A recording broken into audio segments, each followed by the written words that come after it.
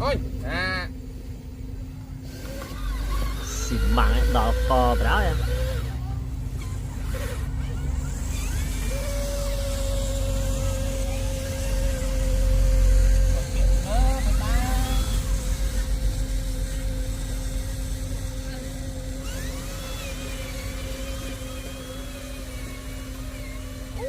em à kho tắc ốc ở bên thảo ấy muối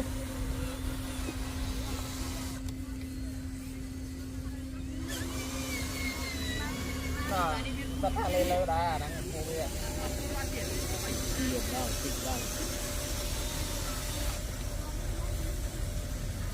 kia xi mau con đón tiền cao tiền này cô kia đo được lắm kia mà chả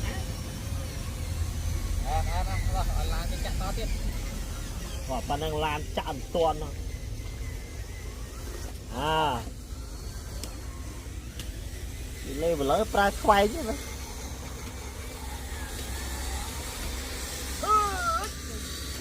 nó phá quá nữa dạ con ngọt chè phá không cho vào đó phải vậy hả phá nó ngon rồi con pro anh đi qua này anh đi qua này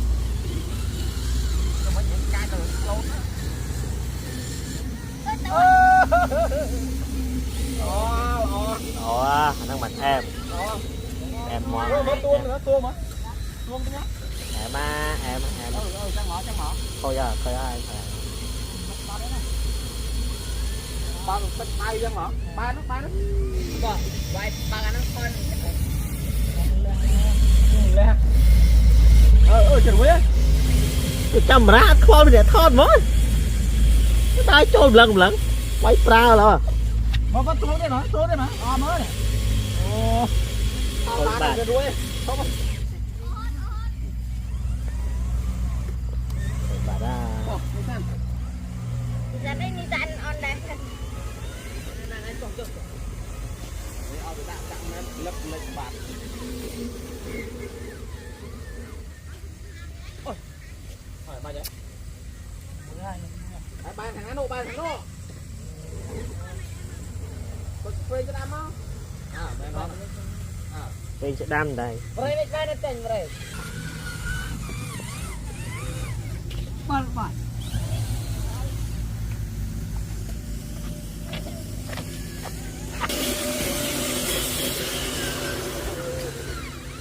rồi ra cái đốt xe mà ôm hả là cho sai đó trong tay cho ôm đó cái này nó làm mệt đấy sao chả cạp được mình tục này thôi lục quăng lên lấp quạt thân thôi lắng ấy ăn ấy nào mới đi nữa ấy gọi dần rồi cầm bên đây như nào vậy tại ôi chặt kia mà thơm ấy đây mà rốt thơm gì mà ơi bà này rốt thơm gì một đại cái càng điểm đó tay cáนี่เหรอคล็อกหม้อแล้วไม่ใช่จอไม่ได้ คือจะอุดกลางđiểm đó mình nhặt mò tập pong với cho con rồi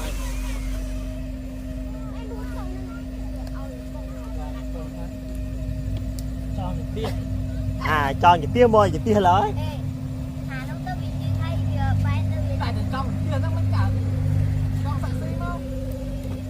mồi bộ những tia bài lói rồi một vâng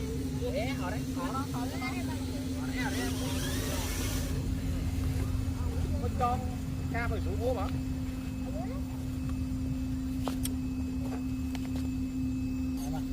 ta kia Vâng. Chọn rồi, còn bạn đang không đâu bạn đó. Buộc lại không đâu quá đó. Nói cái mau đi. À.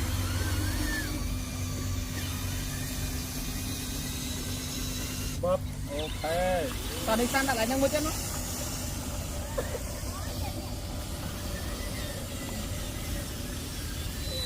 Bác.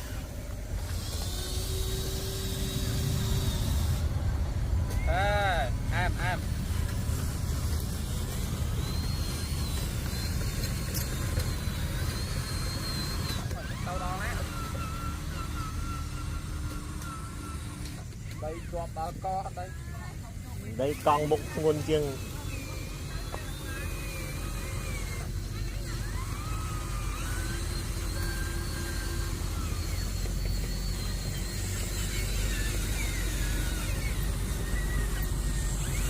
lật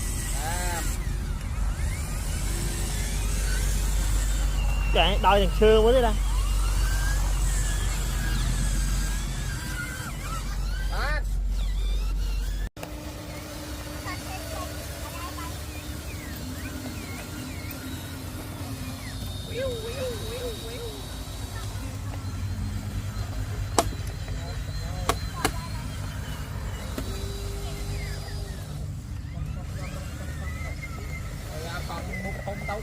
vì thua là anh đã bạ kia ra anh rồi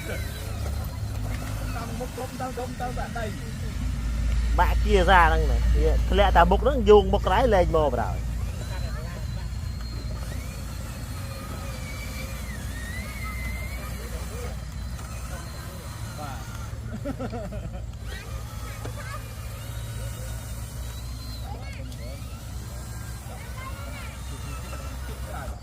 đọc thì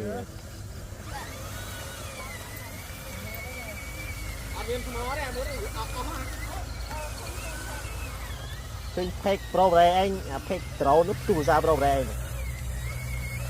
cầm lên fan chị chăm càng ngày cho cả lông bay ở xe đồ lon tục chơi mà tu ra lên pro đây anh thì rồi còn lên anh kia được mọi lon nhỉ dây đó miễn ăn dây đó là biết với ăn là so đấy ôi nhóm mà ăn là so nhưng để ăn trên dây đó ăn là so biết dây mà lẹ cái này ta dây bánh lốp ấy biết ăn là so còn dây đó ăn là so mà ăn là so mẹ còn dây biết ăn là so mà đi bắt đầu tặng bia đấy tay thì cái đây ấy nó tập không còn cái đấy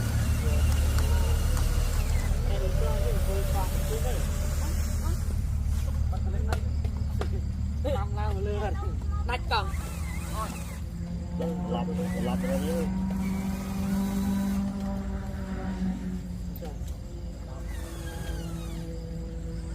Ali lơ quạt hàng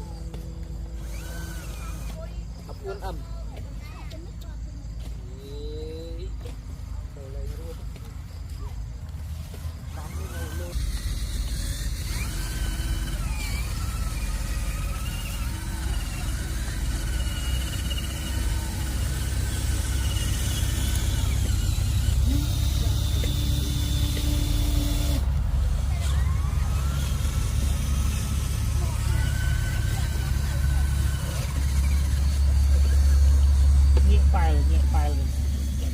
tàu qua file một hai gì mấy tàu nhiễm bật cho bật lá ngoài ôm vào plọc lấy tàu một tờ cao ơi còn ăn nữa còn nữa ở trên nó từ còn cái đây mà lơ cho đó đôi mua men mà cho lừa cô mà trắng hết đó anh em sẽ có miếng ấy sao hay cho phong ấy mở rồ dân mà rồi mừng vi cô chạm bắt của vi tàu chạm bắt của vi chạm đam tẹt cạp tí này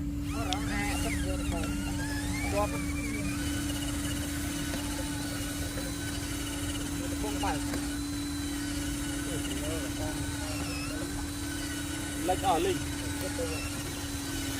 đẹp kia này một nhớ em mình thua đã con mục rồi cả con mốc đấy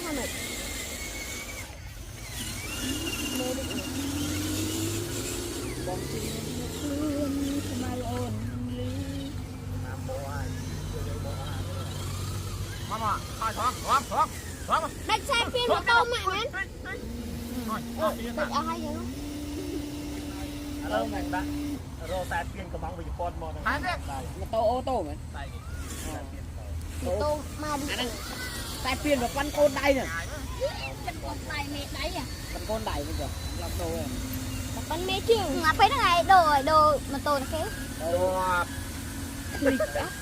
lẹt mồm tô bòi lẹt và tao đi bơi bay bơi chó mà nè thế tao cho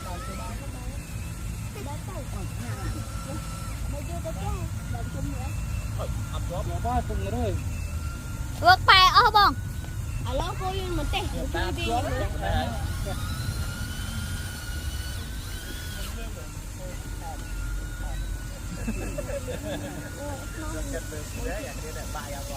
làm là tụng áo lực mà thái nó kia rồi cái tập kia là sai rồi cái rồi lẹ thái mà ta bên đây bông đây cho rồi đừng bay à tung hả stop lên một chút thôi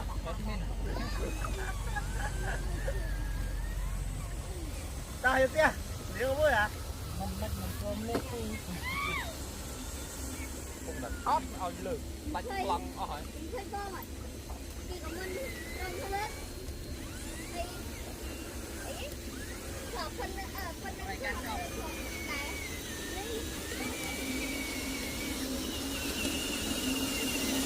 ơi hai con liếng con đáp liếng ra thì mình chưa có cái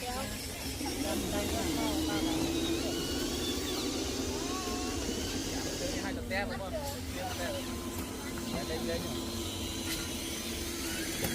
là nó ọt quy không nó đen thế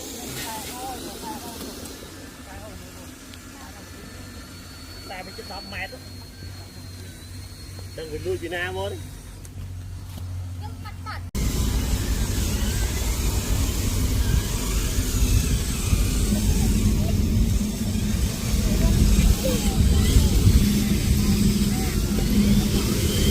lên cùng mũi con ấy chơi cái đại thoát lên tàu chứ này là thoát lên phòng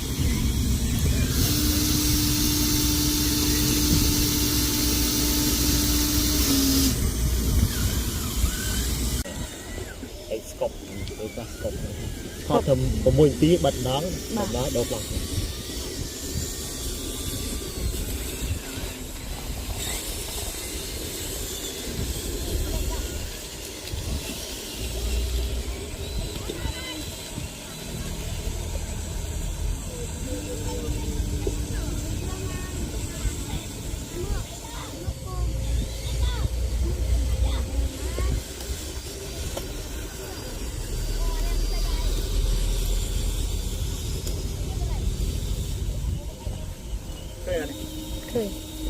do như vậy trong cái đá này trong cái đá này thì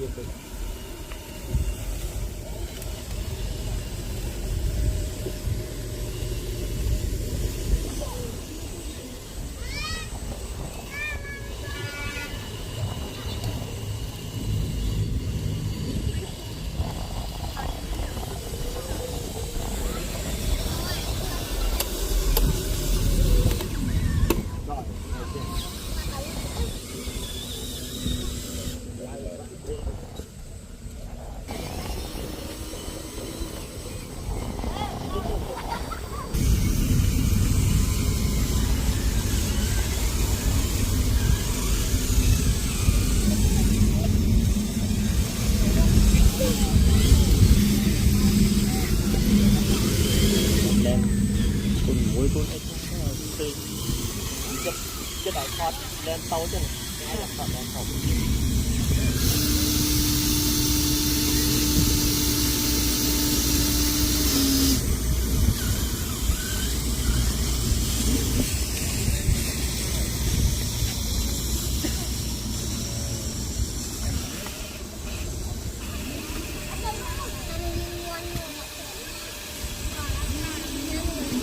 một bay em đây là thấy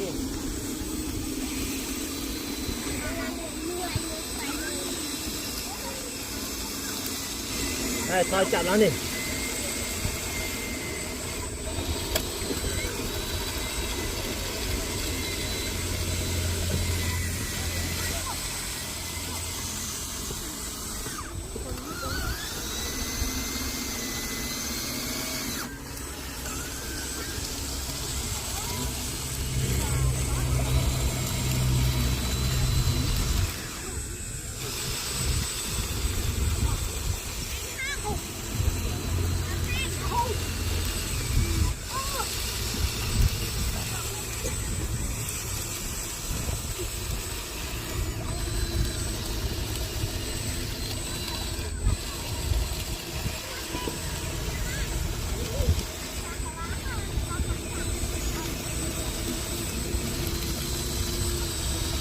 này chạm này điện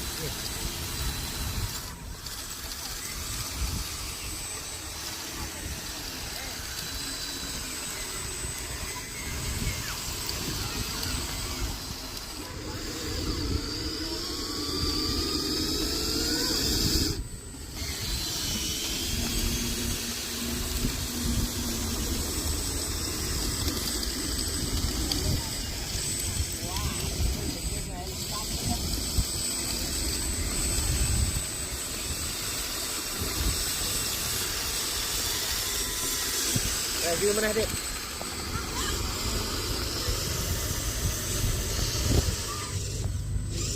ni này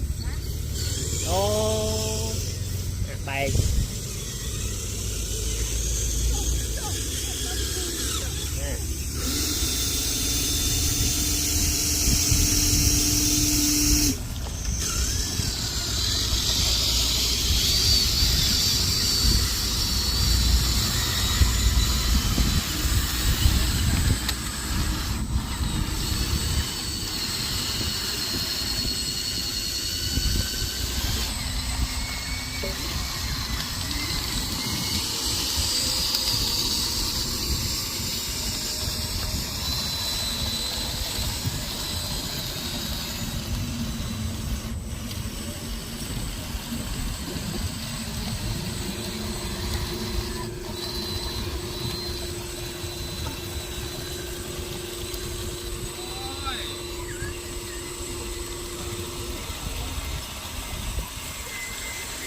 Sam ấy mới tao Sam ấy Ê, nát thế xịa này chẳng là đôi chân nìa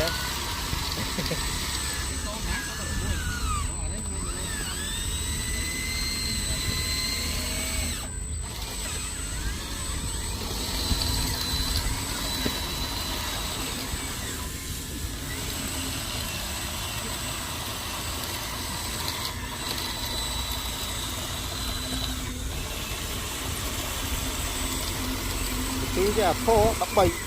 rồi tiền cho đắp bầy nó mặt qual thế đằng nào đập bè nào đập buồn đấy ở đây qual đấy bỏ ở đây mình đôi chính trà vào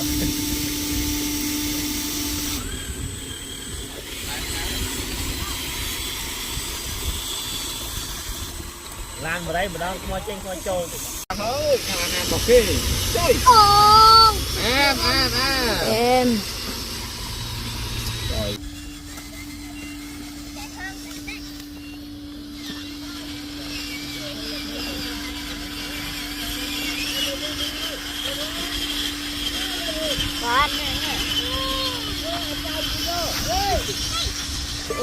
con là hàng ơi hàng bọc kia chơi em rồi dạ chẳng mau đặt đập lan này tiếp bảo sao tụi bạn chưa kìa còn mai mau mà chứ mua lại nó mấy cái rồi bây giờ dạ ông bây giờ ok đi vào làm tờ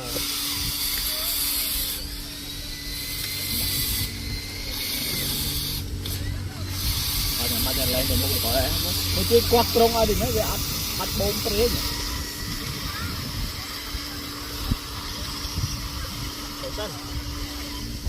Listen. đâu có mấy chanh hai chanh cái đấy là chẳng ngồi Ô, ngập mặt vào con ơi. ai còn ở mách á bài điên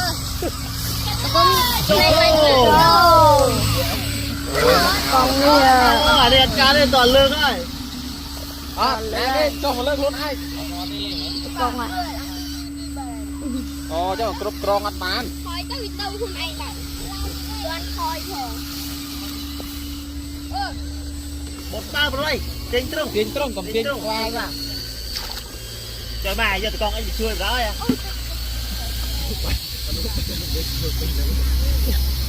rồi dạ con cho ta lại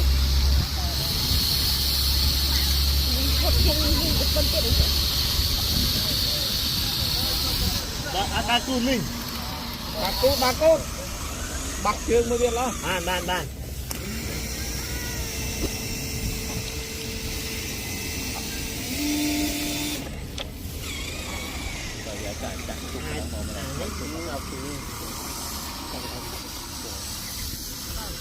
đất ngắt thân thôi đâu có đốt cho ai sao đằng tung mà vậy mà đang hết hơn lưới chứ Rồi quay đầu đó. Ở đây mình không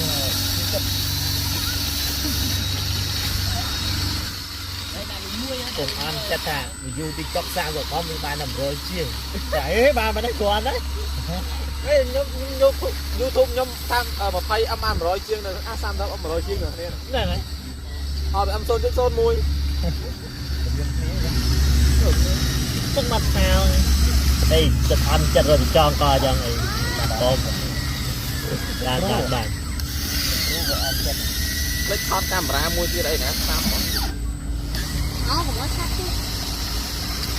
họ bị lê nó như tham một drone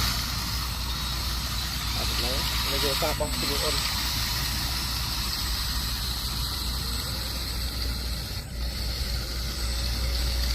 bạn này ở bên bên nào vào đấy rồi mà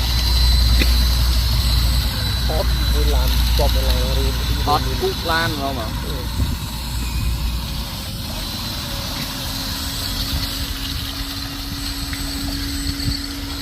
nè nếu mình cái ông ô bật cọt này cái trò trắng ô nó fan mà xe rồi y cà phê cái này cái gì cũngแต่มันก็มาเซ่มันต้องเอาเซ่ ขึ้นเอาปลาเซสออกเลย เนี่ยแฟนมาเซ่เนี่ยถูกต้องใส่ chạm bạc lôi 200 chơi trắng à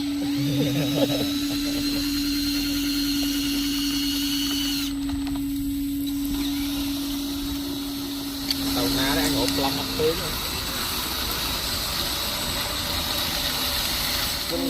nhưng cái lại long tu phải là bay nơi là một cái lái sạch bạch บ่ได้ไม่ตะเตียงบ่เหรอ lấy trăm xô tực บ่ได้เลยมั้ยง่ายอยู่บางร้านหลังเอียงมาเมืองดังกับร้านโคตรบาหลังเซ่ nè mới phạmไอ้มืดลงทุนซับอ่ะนี่ยังไม่ถูก mấy cái ไอ้แต่มือกล้าเข้าให้ ở đấy một tàu tay trống đi nhà con จบกดได้แล้วดึงจะได้อย่างนั้น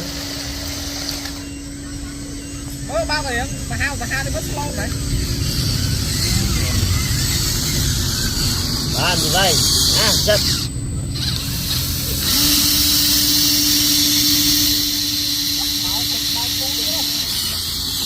เฮ้ยไอ้เรือของอังไข่เรือเป็นยับปิ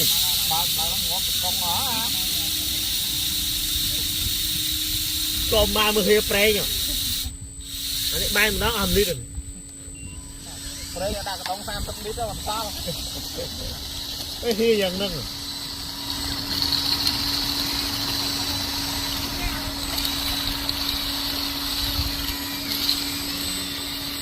nè cái xe trắng tập ta đó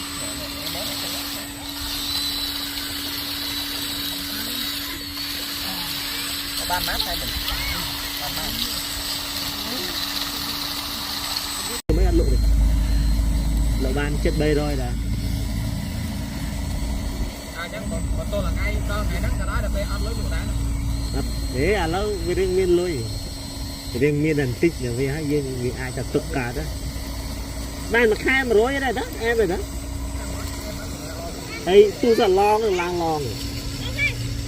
tay mày đó lâu giờ này là cái do tao đằng cái thơi kì vàng này ai trẻ nhỏ cái mấy ai cho nên là làm rồi khen đó lọc cho nó cho khơi giật vàng đó lời tài cho nên lại nữa nào cho nên cái thơ mà không bẹo mũi cho man mình bảo bây giờ đang được mày cho nên bẹo mũi cho man nó nhom trôi mưa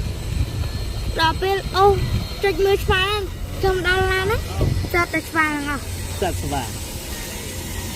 đấy tao nói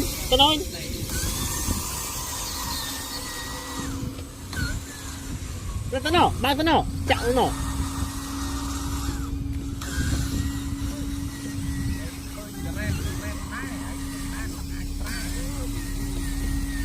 là lên giấy rồi ra với nhau nào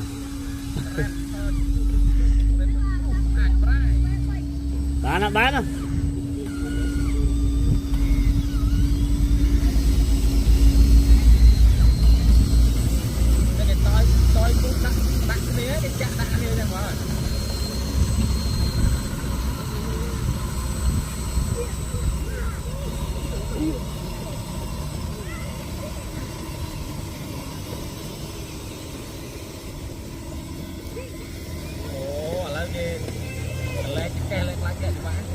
Chồng bạp mờ riêng tầm 2 đã thì vác ông một mờn hay à tình cha nó bầy buồn đây là đám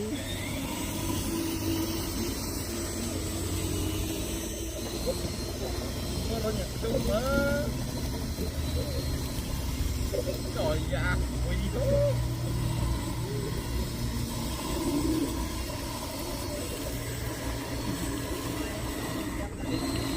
còn ở 4 ban gì được sao rồi ngóp cho ban này ăn tôi kia to chứ nào nó rồi lên cạn bạn này chào anh nhòa mà nhòa tôi rồi cắt đâu tao nó không nói nhòa rồi nhóm anh nhóm lột à đây ai nhòa mà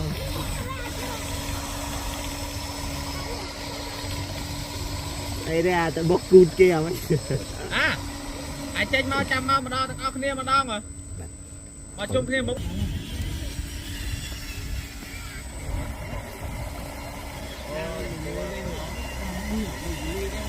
ra ăn miếng mà ai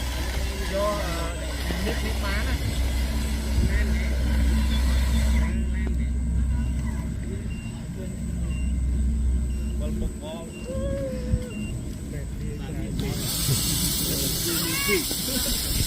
cái mưa này coi tôi chăm mơ số thế nhỉ cho bực mấy nào vậy chụp cái năng chăm mau nè đa mình bạc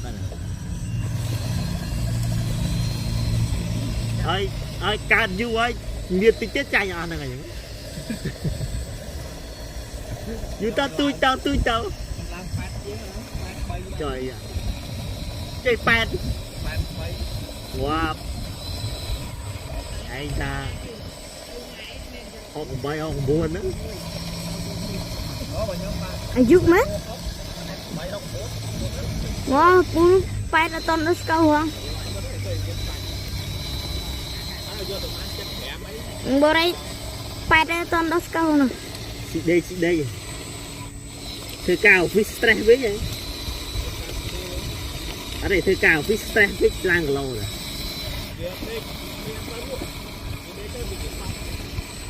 sao gì tại sao bắt chám mà nó đẹp ăn stop này bởi vì sao bắt đây chám gì nó sắp chăm rồi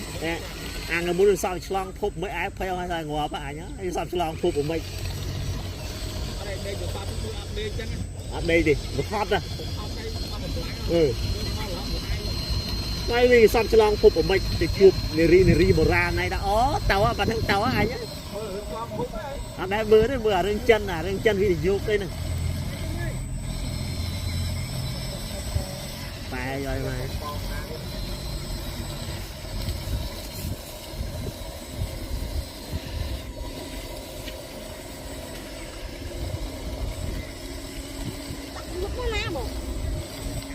ทำทอดที่หนู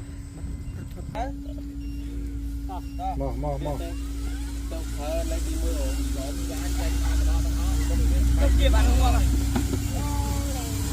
ดมแจบเลยจอย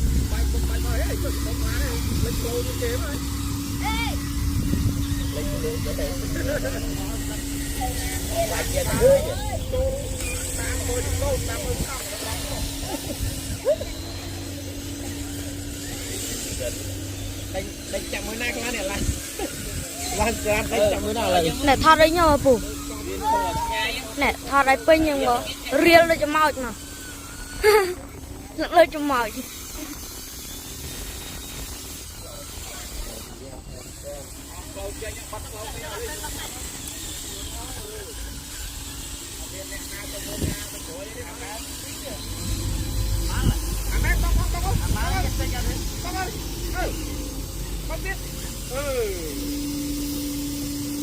Sapi ra beri nó.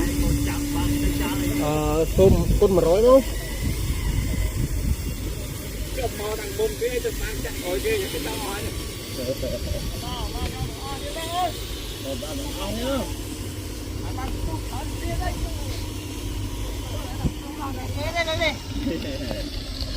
Từ nào tôi cũng ai là bay nhân tiết thôi.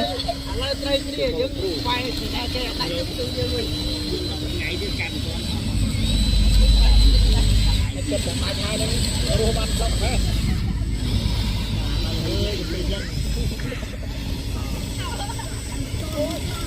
Hai chúng tôi ăn một đoạn đang nuôi rồi.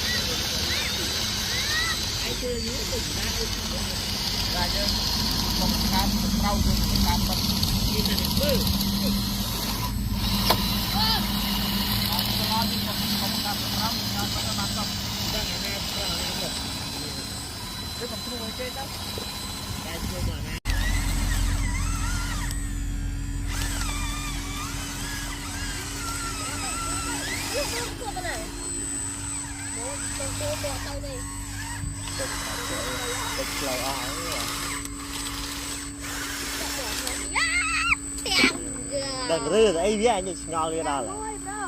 À lứa không? À là bao vô đừng rư ấy gì. Cái ná trai rư rồi. Đó viên trai bạn. Người ta chi người ta người bố nó bao la là giái của ăn cao mà. Để trẻ tơi mút rồi.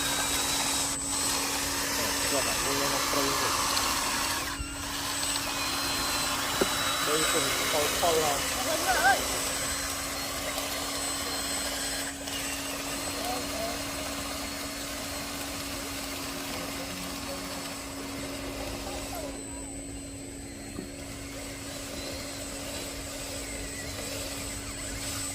dia spray bà chi ngồi đầm phèn cả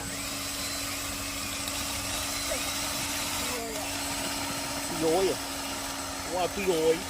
mà cái dối ra mà lại khóc của bọn đây này cái đá này nhỉ cái tạm cây này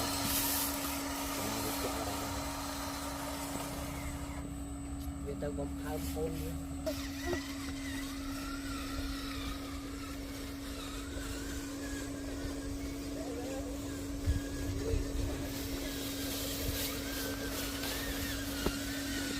Ơi, đi, đây cua chinh vào đó à.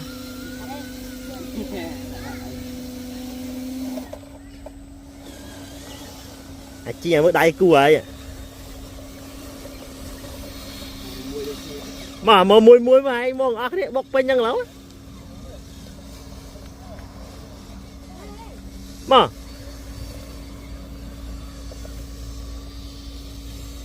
ai lừa cái gì mà này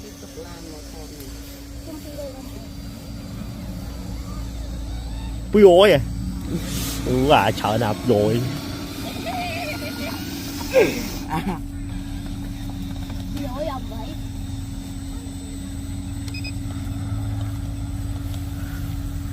mà đi nè chị nhỉ lực bà hà ban tịch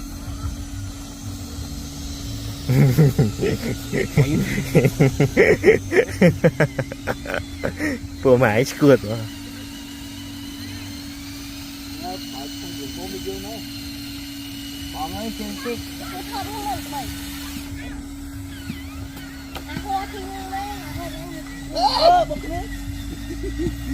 tao múc ra nè chị rồi nhân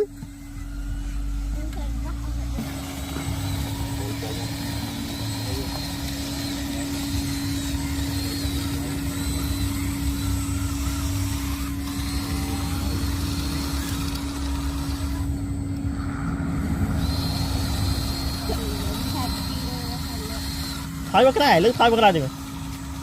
lướt chưa thôi bắt cái này đi à là bột cái ba bột ấy hả là con bao bốn lần con tay con bao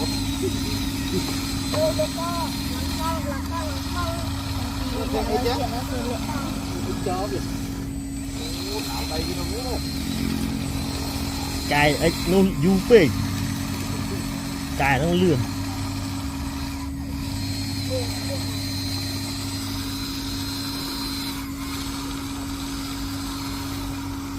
Kan kamera baik ni bara.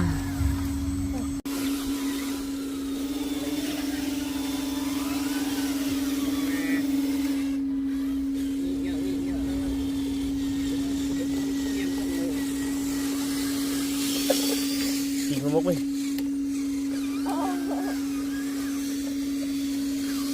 chặt bài trong khoảng cài trào thề bàn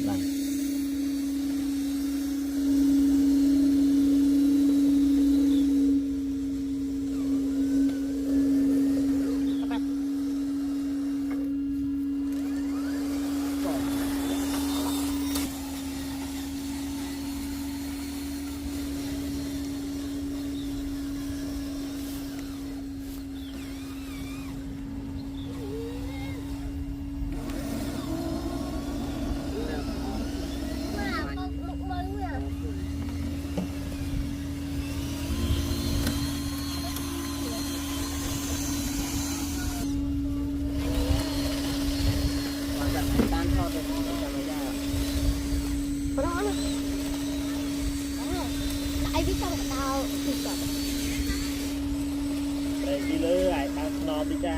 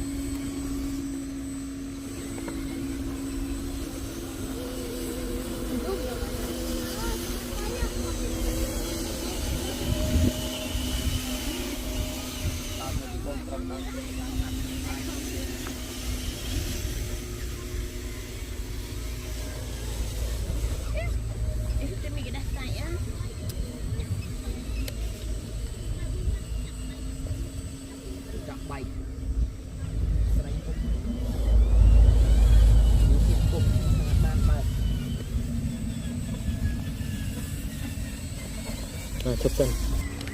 cầm nhó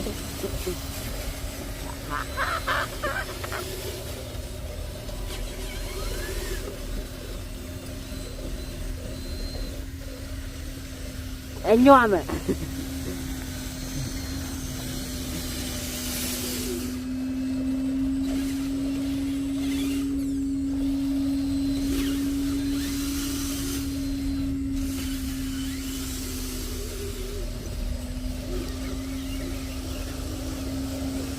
tả đi nè thêm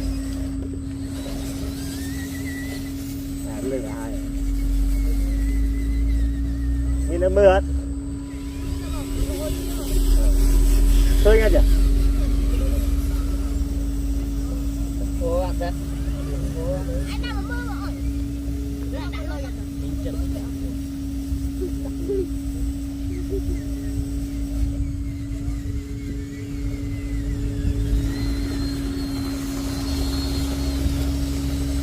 tổng bộ đã lưới này có cái công bị luôn nữa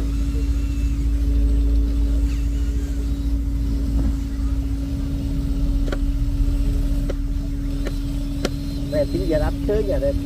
tươi mục là bo ấy cho vào đó vậy như này còn bên hết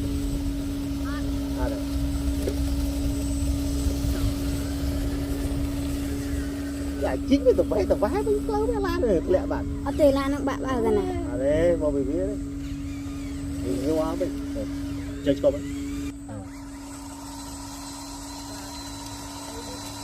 hãy thôi cái trong người ta ấp lâu à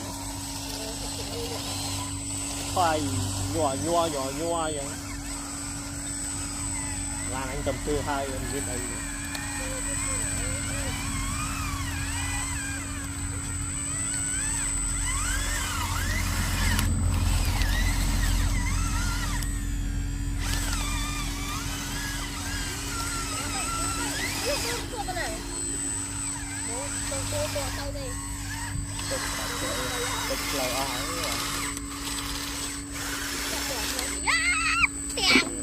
đừng rư ấy với anh ngon đi đâu là lứa là bao vô đừng rư ấy gì cái ná trai với rư rồi đó bia play bạn người ta chín người ta người bố nó ba la là giái của ăn cay mà cái trẻ tơ mút rồi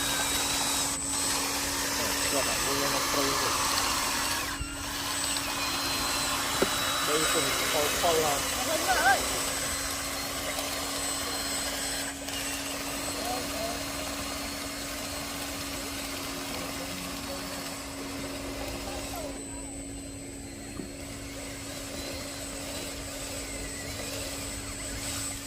dia spray bà chi ngồi đầm phơi ra gối à qua cái gối mà cái gối ra mà lại lóc của bọn đây này cái đá này cái tàn cây đó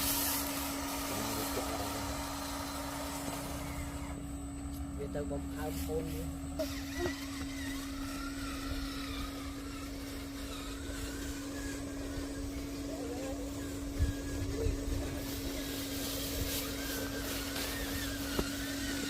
ơi đi đây cua chinh vào đó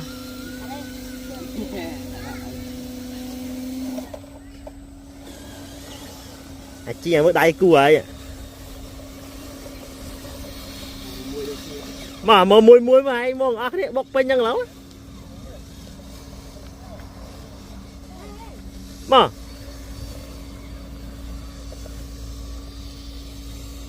ai lừa cái gì mà này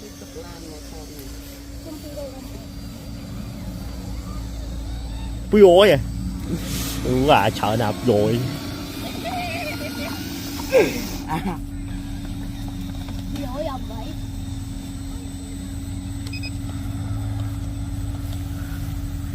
mà đi nè chị nhỉ lực bà hà bạn không tịch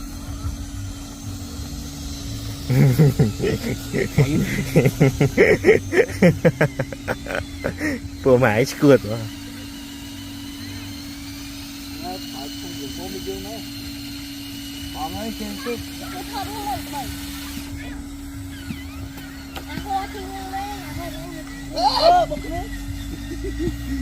tầm mốc lên à chị rồi nhân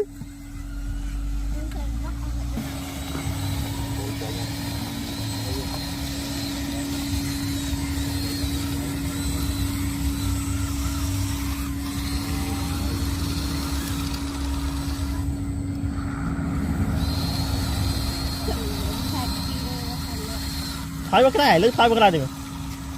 lướt chưa thôi vào cái này được à là bột cái ba bột ấy hả là con ba bột cân trong ba con bao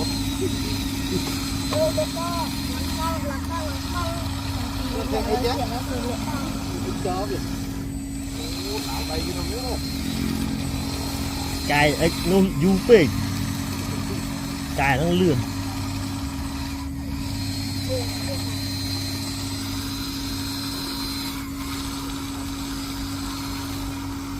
canh camera 7 นิ้วbà đó tao lỗ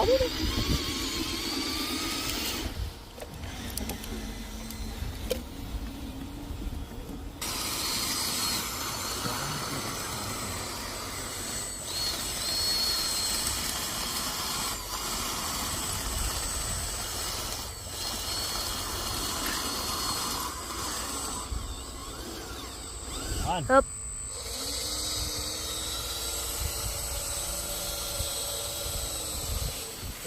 Ba tu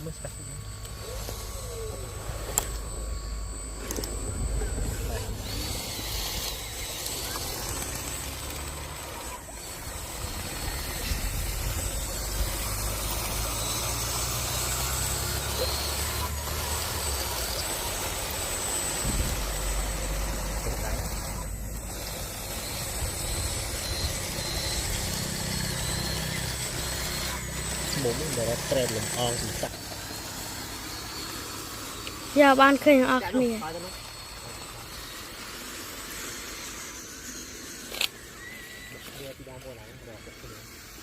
aduh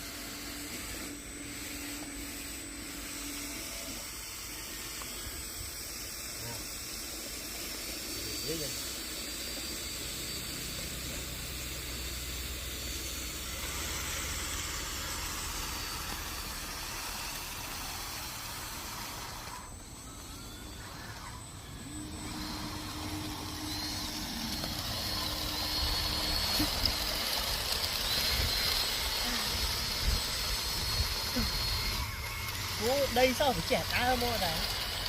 nên mau lắm Rồi vào đâu rồi xiên đi xong.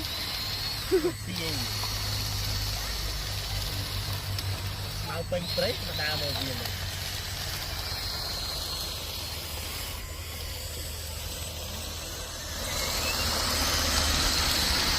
Mày rồi vậy.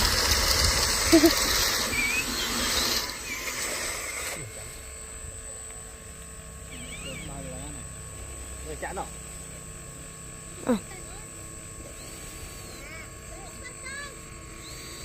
ấy bộ đạch le vào đây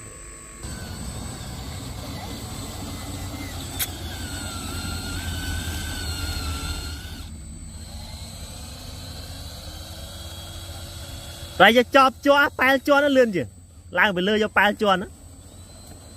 một rồi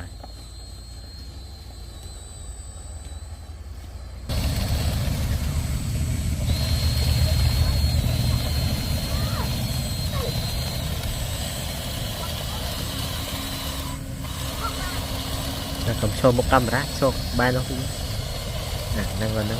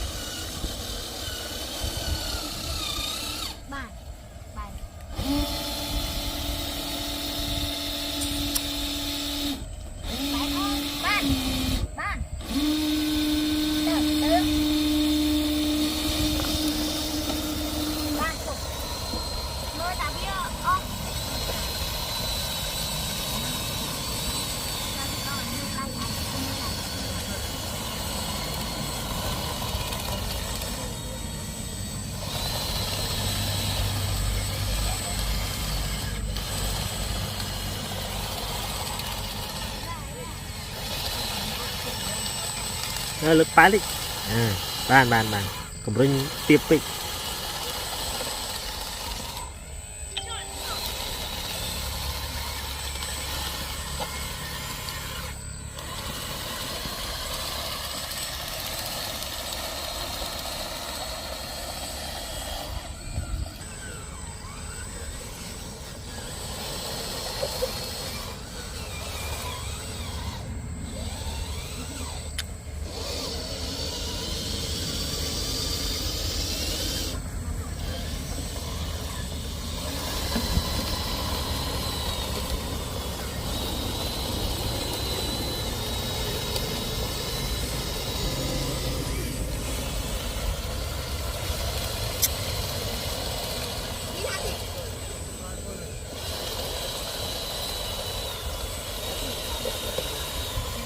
cái ta khác nào đi nè tao phật lan kiểu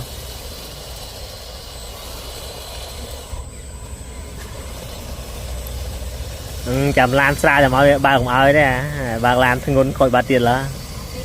chầm pít tay chầm ơi ba té ra nó chầm tuột đáy chầm ơi ba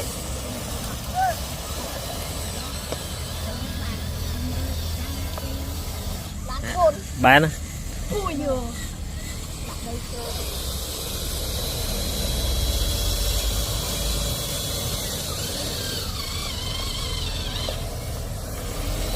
rồi với ba không lan sao chứ riêng việc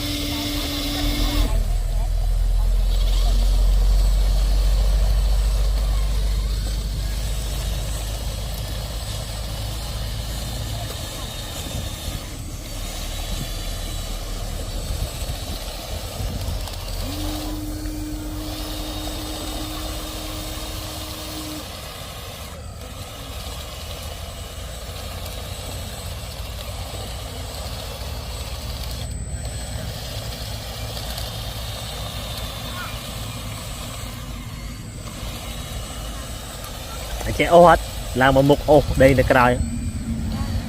làm ô đây là cái đài à lại ba à ô vâng á à ba tí nhá rồi mà một đây chỉ tha các bạn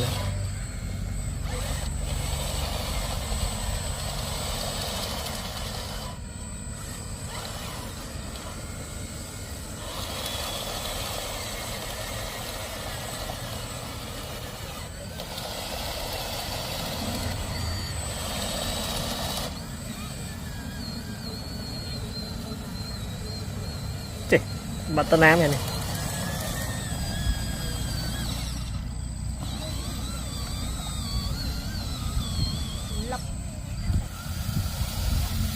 sật đạp mà tật đáy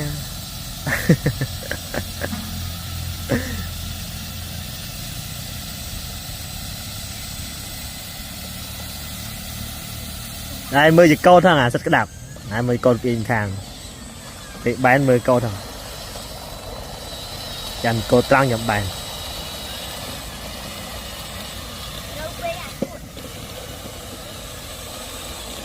bàn ai cái lang cái cha ta cha